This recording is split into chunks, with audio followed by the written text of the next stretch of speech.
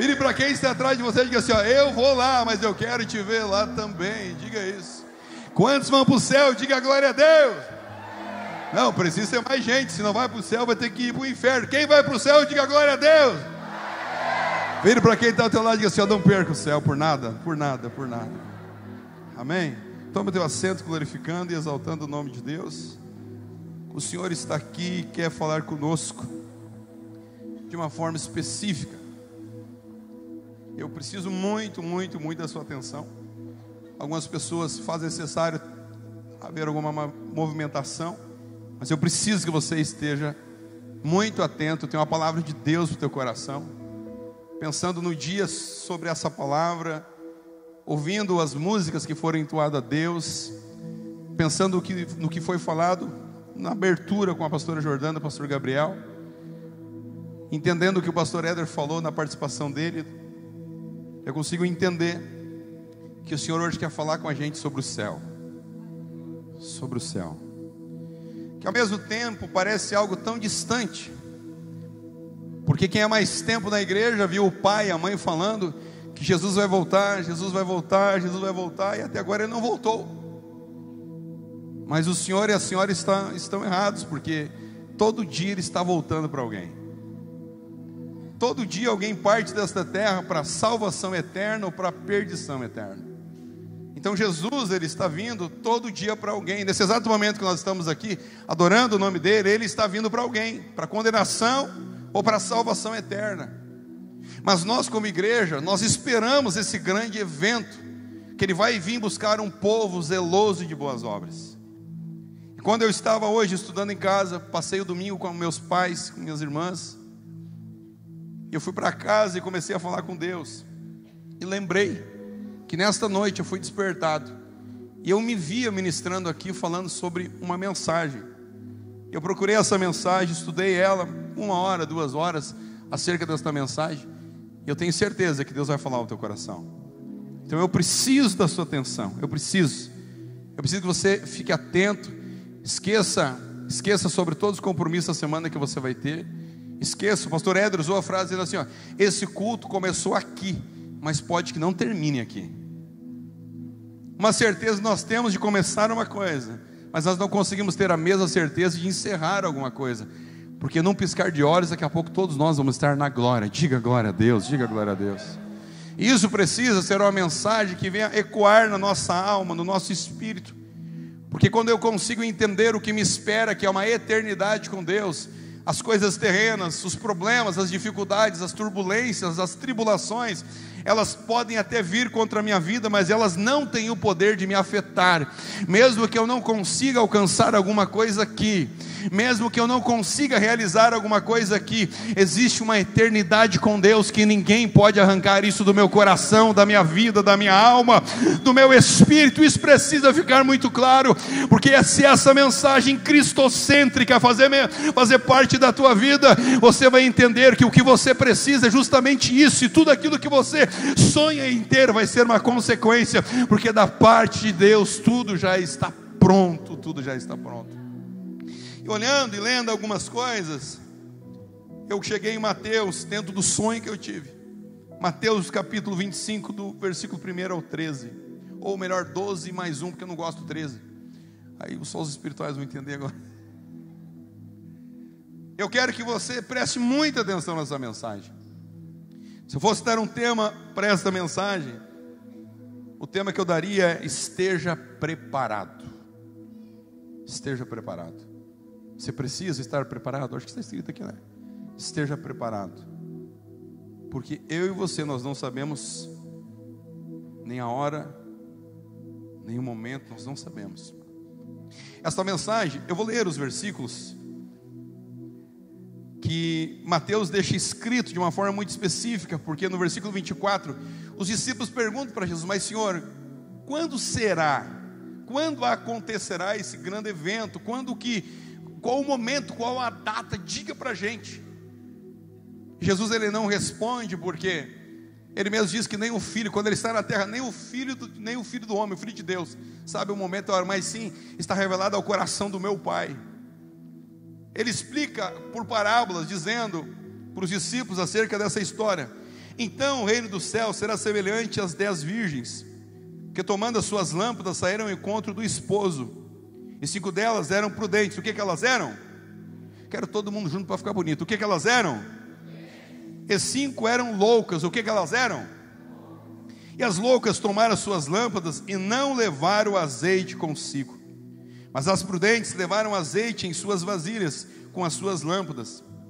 E tornando o esposo, tosquenejaram todas, e todas adormeceram. O que aconteceu com elas? Elas adormeceram. Mas à meia-noite ouviu-se um clamor, dizendo exatamente assim: e aí veio o esposo, e saíram ao encontro. Então todas aquelas virgens se levantaram e se prepararam com as suas lâmpadas. E as loucas disseram às prudentes: dai-nos do vosso azeite, porque as nossas lâmpadas se apagam, ou se apagaram. Mas as prudentes responderam dizendo: não seja caso de nos falte a nós e a vós, e diante aos que vendem, e comprai-vos para vós. Então elas indo comprar, chegou o esposo, e as que estavam preparadas entraram com elas para as bodas, e fechou-se a porta. Fechou-se a porta. E depois chegaram também as outras virgens, dizendo: Senhor, Senhor, abre-nos. E ele respondeu e disse: em verdade vos digo que não vos conheço. Não vos. Versículo 12 mais 1. Vigiai, pois, porque não sabeis o dia nem a hora em que o Filho do Homem há de vir. Diga glória a Deus. Essa história se refere de uma forma muito específica. O Senhor Jesus trazendo uma lição para os seus discípulos e para todos nós que estamos aqui nesta noite. Ele queria nos trazer um alerta sobre este grande evento, sobre essa grande atuação da manifestação do céu na terra. Ele usa então o exemplo de 10 virgens. Eu preciso da sua atenção, não quero que você converse. Se você conversar, você me atrapalha e me irrita. Então quantos estão comigo, diga glória a Deus. Se alguém conversar contigo, repreenda: sai demônio, porque é um demônio, né? O momento da palavra atrapalhar você, então diga para a pessoa que está do seu lado assim: ó, não conversa comigo, diga isso, por favor. Isso. E pode dizer assim: o pastor disse que eu vou repreender porque é demônio. Diga aí, pode dizer, né? Não conversa. E se você não quiser ficar aqui quietinho, então vaza. Mas eu quero a sua atenção aqui. Quantos estão comigo? A Bíblia diz: guarda o teu pé quando entrar na casa de Deus. Quantos estão comigo? Levanta a tua mão e diga assim: Deus, eu estou aqui para ouvir a tua palavra. Diga assim: ó, nada, mais alto, nada vai me atrapalhar. Agora vira para o irmão: se tu está incomodado, sai do meu lado. Amém? Quantos estão comigo? Diga glória a Deus. Ele traz essa ilustração para trazer clareza para os discípulos da forma que eles precisavam se preparar, e ao mesmo tempo que era uma resposta do versículo 24, no versículo 25, ele traz essa resposta, mas ao mesmo tempo não é só para os discípulos, é para mim e para você, que eu e você precisamos estar preparados, porque nós não sabemos o dia que o Senhor há de vir. Aí ele usa esse exemplo das 10 virgens. Ele usa como referência as virgens, ele usa como referência o esposo, ele fala sobre as bodas, ele fala sobre a porta estar aberta, mas ao mesmo tempo ele fala que a porta está fechada.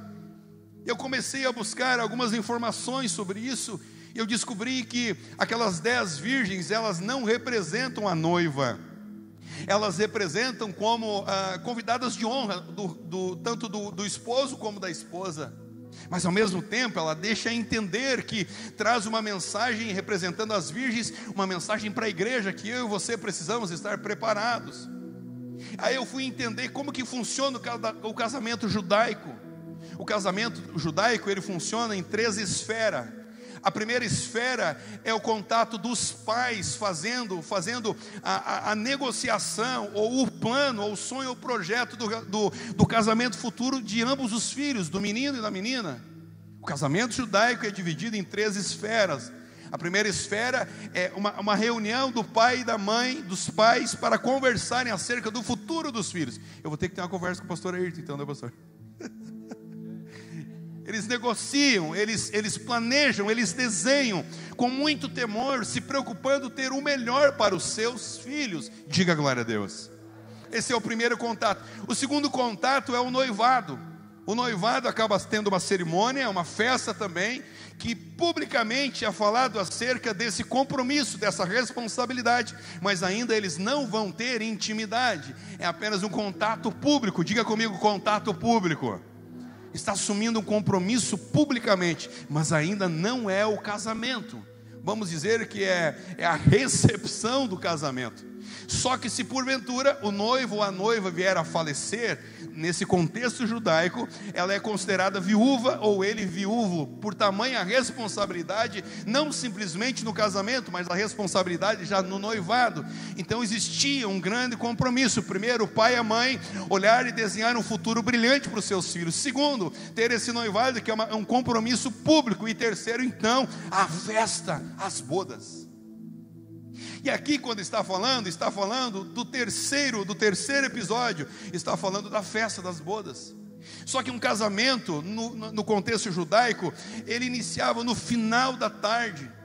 Vir o casamento, ou vir o noivo apresentar a figura, a manifestação, ou melhor, a presença do noivo vir à meia-noite, seria algo totalmente fora do contexto, seria algo totalmente fora de uma liturgia de um casamento.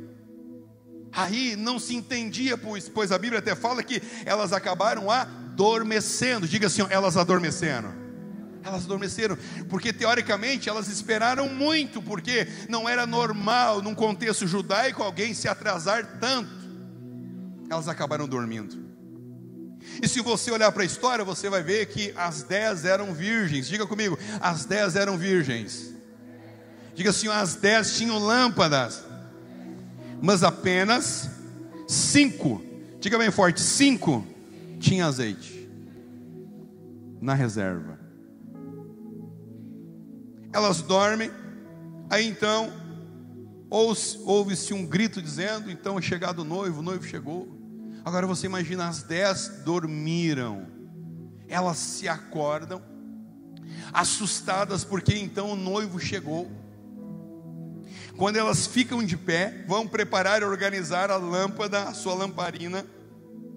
As 5 loucas, elas não foram preparadas, elas tinham azeite simplesmente para um momento específico, um momento limitado, não como as prudentes que tinham azeite para aquele momento e tinham reserva. As prudentes foram muito inteligentes em se organizar e levar a mais, porque se porventura faltasse, elas teriam na reserva, elas teriam no estoque, elas teriam uma quantidade maior. Quando elas vão se posicionar para organizar as lamparinas, então o que acontece? As loucas, elas percebem que elas não iriam ter azeite o suficiente, mas as prudentes, elas estavam preparadas. As loucas vão e pedem para as prudentes falando, olha, se nós emprestar para você, vai faltar para nós, e ambas não vamos participar dessa festa. Se nós olharmos para o contexto bíblico, você vai entender que azeite significa o símbolo do Espírito Santo. O Espírito Santo representa o azeite.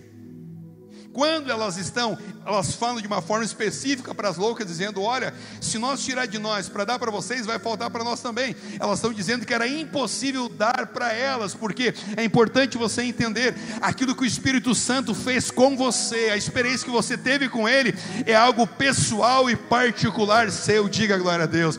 É a mesma forma que você precisa entender, que eu posso me salvar, mas eu não posso salvar a minha família. A minha família, a salvação é individual. Eu posso contribuir para a salvação da minha família, a salvação dos meus parentes, a salvação dos meus colegas da faculdade, a salvação dos meus vizinhos. Eu posso contribuir com o meu testemunho, com a minha vida, mas eu não tenho a capacidade de salvar ninguém. Ei, olha para mim aqui, a salvação é individual. Diga glória a Deus pela salvação.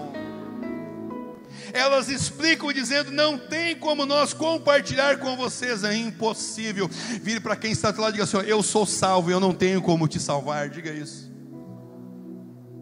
Aí a Bíblia diz que elas recebem o convite, elas entram para dentro da festa, e o que acontece? Elas correm então, pela uma orientação das prudentes, elas correm no mercado, elas correm buscar nos vendedores de azeite, e quando elas chegam na festa, o que aconteceu? Elas se depararam com uma porta fechada. imagina o desespero. Imagina o desespero de você chegar para uma festa e a porta está fechada. Elas gritam dizendo: Senhor, abre-nos a porta. E o Senhor diz: não vos conheço.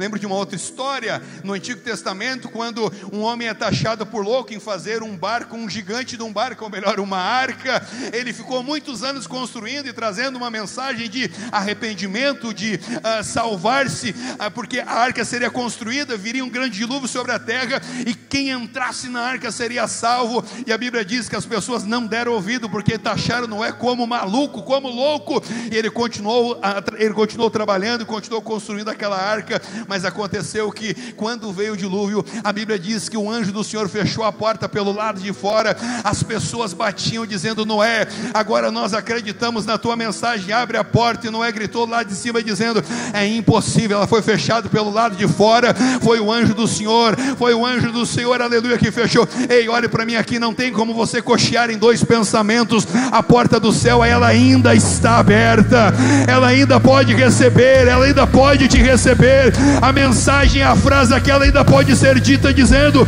vinde a mim, benditos do meu Pai. Mas vai chegar o momento que a porta vai se fechar e o Senhor vai dizer: apartai-vos de mim, porque não vos conheço. Que a misericórdia de Deus, que o sangue de Jesus venha nos cobrir e nos livrar de tudo aquilo que nos afasta das mansões celestiais, de uma vida eterna com Ele. Que o Senhor nos dê graça, que o Senhor tenha misericórdia de nós. Grita bem alto, diga Deus. Mais alto, Deus. Não, levanta as mãos e diga: Deus, que a tua misericórdia seja sobre a nossa vida. Diga assim: Deus, que o teu sangue venha nos purificar, venha nos santificar. Agora bate o teu peito assim: porque eu, mais alto, eu quero morar contigo no céu. Dá um tapão no irmão e diga assim: vamos para o céu, irmão. Aleluia. Mas agora não adianta você orar dizendo: Deus, eu quero morrer, eu não aguento mais essa luta, eu não aguento mais essa dificuldade, me leva. Ei, olha para mim aqui, essa oração Deus não vai responder. Se você não morreu ainda, é porque você tem ainda algo especial da parte de Deus para resolver na terra. Se você foi livre daquela bala, você foi livre daquela doença, você foi livre disso, você foi livre daquilo. Ei, olha para mim aqui. Então não faça essa oração dizendo: Deus, eu não suporto mais, me leva, me recolhe. Ele não vai responder.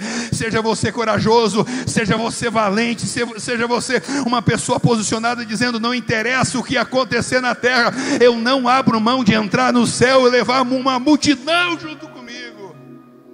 Porque sabe o que eu penso? Que dia glorioso será aquele onde nós ouvimos o nosso Deus dizendo: vinde a mim, benditos do meu Pai. Aí eu fico pensando, como o pastor Éder mencionou também, não tem como nós calcularmos aquilo que a gente contribui, o quanto a gente ora, o quanto a gente ajuda. Nós não temos como calcular o impacto que traz nisso no que diz respeito à salvação. Eu sou apaixonado por África, e vocês sabem disso, quem é mais próximo.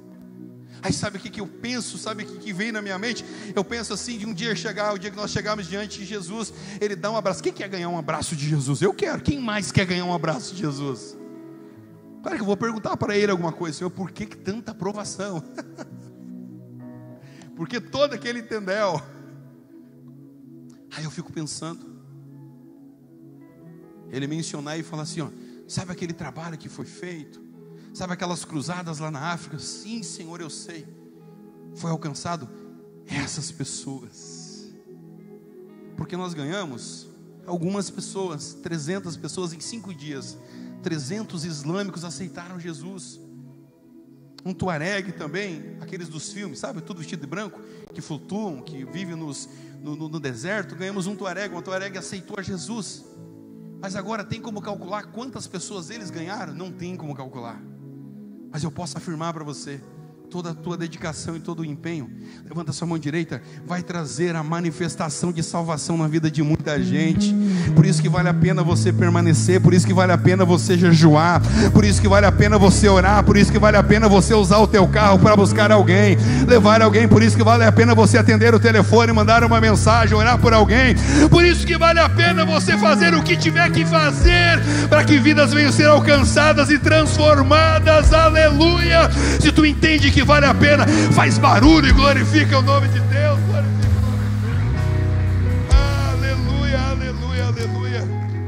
Eu queria que você anotasse isso. Prudência. Que tem prudência, que não procura o perigo, é cauteloso, sensato, ajuizado. Agora tem uma frase sobre prudência. Você já deve ter ouvido essa frase. Prudência é calcular o impacto de uma decisão. Eu queria que você anotasse isso. Prudência é calcular o impacto de uma decisão. Mas a Bíblia também falou de loucas. Olha o significado de loucas: que não possui controle sobre os seus próprios comportamentos, descontrolados, sem regras, sem princípios. Uma frase sobre loucas, ou sobre loucura: loucura é viver o momento sem se preocupar com a consequência do futuro. Vou repetir: loucura é viver o momento sem se preocupar com as consequências do futuro. Dá uma olhadinha para a direita, para a esquerda, veja se tem um prudente ou um louco do teu lado. Jesus, ele traz essa clareza, ele traz essa explanação, para que os discípulos ficassem bem atentos, para que eles entendessem. E no final eles querem saber. Ele afirma dizendo: vigiai, pois, porque não sabeis o dia nem a hora que o Filho do Homem há de vir. Você tem noção do que significa isso? Você tem noção do que representa isso? Não tem como nós medirmos ou pesarmos isso. Mas eu posso afirmar que a mensagem mais poderosa é a mensagem da salvação. É poderosa, por que é poderosa? Porque Jesus deu o seu único filho para pagar a dívida. Nós tínhamos uma dívida. Através de Adão, do erro de Adão, foi implantado o império de morte. Nós éramos para ser imortais, não éramos para nós morrermos. Mas Adão e Eva, eles falharam. Aí foi implantado um império de morte. Aí Jesus tem que vir e pagar a dívida, porque seria uma dívida impagável. Você, com a sua capacidade, você não tem a capacidade nem a força de conseguir pagar essa dívida. Aí fica muito claro que a gente entende, porque o Senhor morreu a nossa morte, para que eu e você tivéssemos a vida dele, uma vida abundante. Diga glória a Deus. Nós não éramos merecedores.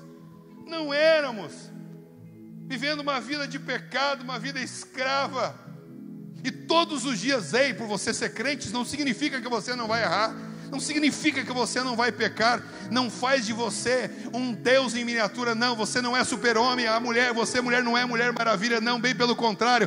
A salvação é algo de graça, não é mérito humano. Se você orar muito, jejuar muito, você não conquista a salvação, porque o mérito não é um mérito humano. Mas se você for obediente, o sacrifício na cruz do Calvário, isso ativa a salvação dentro de você. Aleluia. A oração e o jejum não me torna mais crente. A oração e o jejum me aproxima mais daquele que é santo, santo, santo é o Senhor dos exércitos. Isso precisa ficar claro. Isso precisa ficar claro para a gente. Nós não podemos ter uma régua ou um termômetro se endeusando, não. Eu já orei algumas horas. Eu lembro de uma ocasião que nós marcamos uma campanha de oração e jejum. Hoje não está mais aqui, está com Jesus a irmã Carlita, uma mulher de oração lá da Aurora. Não sei se tem alguém aqui que conheceu a irmã Carlita. Eu fiquei do lado dela e falaram para mim: ela caminha mais de joelho do que de pé. Eu falei, então eu vou ficar do lado dela. Ei, olha para mim, fique do lado de pessoas que vão te aproximar mais de Deus. Se livre dos fofoqueiros, dos mentirosos, se livre dos enganadores, se livre daqueles que te afastam de Deus, se livre daqueles que semeiam contenda, se livre daqueles que trazem divisão, se livre daqueles que vão levar você para o inferno, para as coisas maldizentes, mas se aproxime de pessoas que vão te levar para mais próximo de Deus. Eu fiquei do lado daquela mulher, e eu quero dizer para você, nós iniciamos a oração 7 horas da manhã. Que hora nós começamos? 7 horas da manhã. Eu nunca orei tanto na minha vida. E eu confesso para você que não foi de forma alguma capacidade física, mas Lucas, eu fui envolvido por uma glória, que quando você ora bastante, as suas articulações, seu joelho começa a adormecer a perna. Quem orou até adormecer a perna? Quem? Levanta a mão. Não mente, seja verdadeiro. Quem? Adormece a perna. Mas eu quero afirmar para você que quando eu orei do lado daquela mulher, todo o meu corpo foi adormecido pela glória de Deus.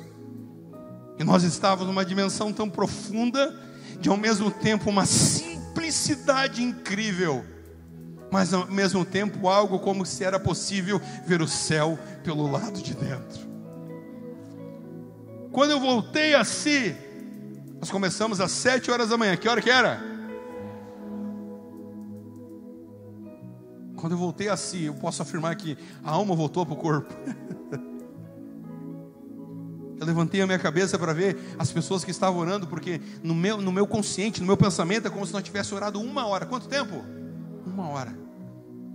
Era quase meio-dia. Aí eu quero falar e quero afirmar uma coisa para você. O que menos importa é a tua posição física, porque se religiosamente você dobrar o joelho e o teu coração não estiver dobrado diante de Deus, de nada adianta. Você vai surpreender os homens, mas você não vai chamar a atenção de Deus. Tem gente que não consegue dobrar o joelho, está dentro de um quarto do hospital quase morrendo, mas a oração chega até o trono da graça. Ei, olhe para mim aqui, antes de dobrar o joelho, dobra o teu coração e diga: Rei dos reis e Senhor dos senhores, aleluia. Nunca orei tanto na minha vida. Nós tivemos a reunião de pastores, dos líderes ali, e o César Kuntz, não sei se ele está presente, ele disse: meu Deus, eu lembro lá na Avenida Brasil, quando é a primeira vez que eu fui num culto de ceia, o pastor disse: hoje vamos ter um culto diferente, nós vamos dobrar o nosso joelho, nós vamos orar meia hora. Ele falou: como que eu vou ficar meia hora? Eu nem sei o que falar em meia hora, é muito tempo. Quando nós terminamos a oração, ele disse para mim exatamente assim, né, no carro, quando nós estávamos falando, ele falou: foi os 30 minutos mais rápidos da minha vida. Sabe por quê? Porque quando você adentra a dimensão espiritual, a estrutura física é o que menos importa, porque você se envolve na glória de Deus. Agora, nós não vamos dobrar o joelho para orar, porque nós não temos tempo, mas confesso que a minha vontade era nós orar umas 2 horas aqui. Mas eu quero afirmar uma coisa para você. A pessoa responsável para fazer a casa orar não sou eu, é você que é o sacerdote. Você que é o responsável dentro da tua casa. É você que vai dar bom exemplo, é você que vai conduzir a tua casa, vai conduzir os teus filhos, é você. É você. É verdade que é fácil orar? Às vezes sim, mas às vezes é terrível. Às vezes você consegue, em menos de 5 segundos, você consegue adentrar o céu.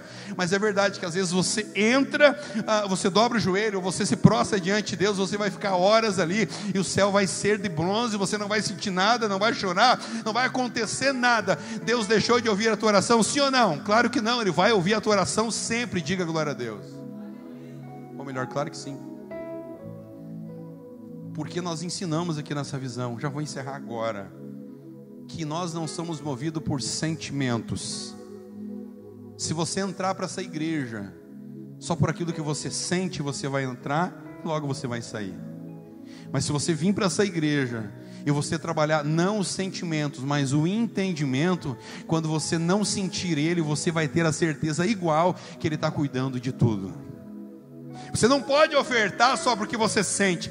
É errado ofertar só quando eu sinto? Não, você pode ofertar quando você sente, está tudo certo. Mas quando você não sentir nada, eu não senti, eu não vou ofertar, está errado. Você não pode ser guiado por sentimentos.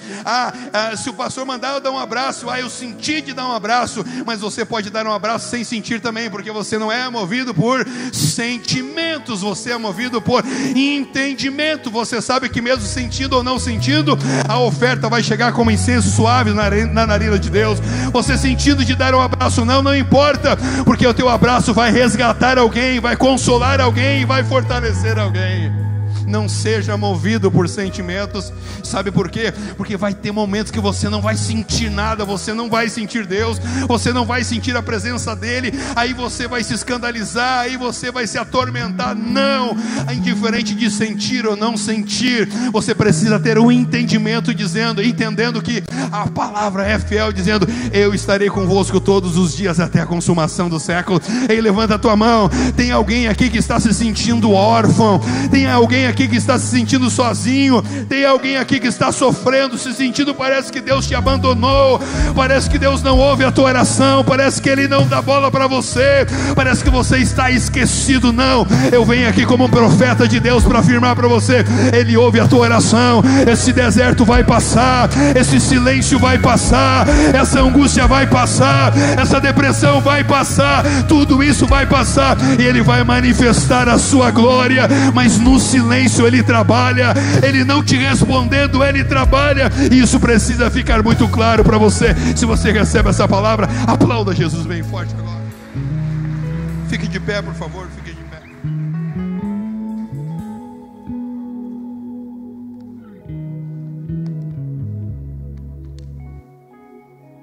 Bota as duas mãos no coração.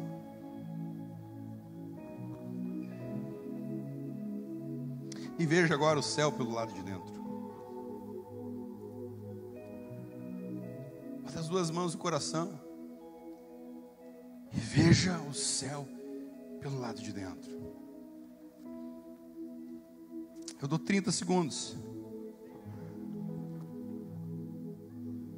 Eu quero que você expresse palavras de adoração ao nome desse Deus. Se porventura hoje você faz parte das prudentes, que você tem reserva, tem azeite, glória a Deus pela tua vida.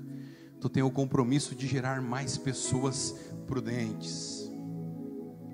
Se porventura você faz parte do grupo das loucas, tem levado a vida de qualquer forma, tem quebrado princípios, tem quebrado valores, você está tendo a oportunidade de se reconciliar com Ele agora. O sangue de Jesus tem a capacidade de nos purificar e nos santificar. A misericórdia de Deus tem a capacidade de lavar, purificar e santificar as nossas vestes. Volto a dizer: ninguém consegue salvar-se por suas obras, pela quantidade de hora que ora ou pela quantidade de jejum. Ninguém consegue. Esse mérito não é seu, esse mérito é de Deus, através do que Ele deu o seu único Filho na cruz do Calvário. Olha para mim aqui. Ore muito, jejue muito.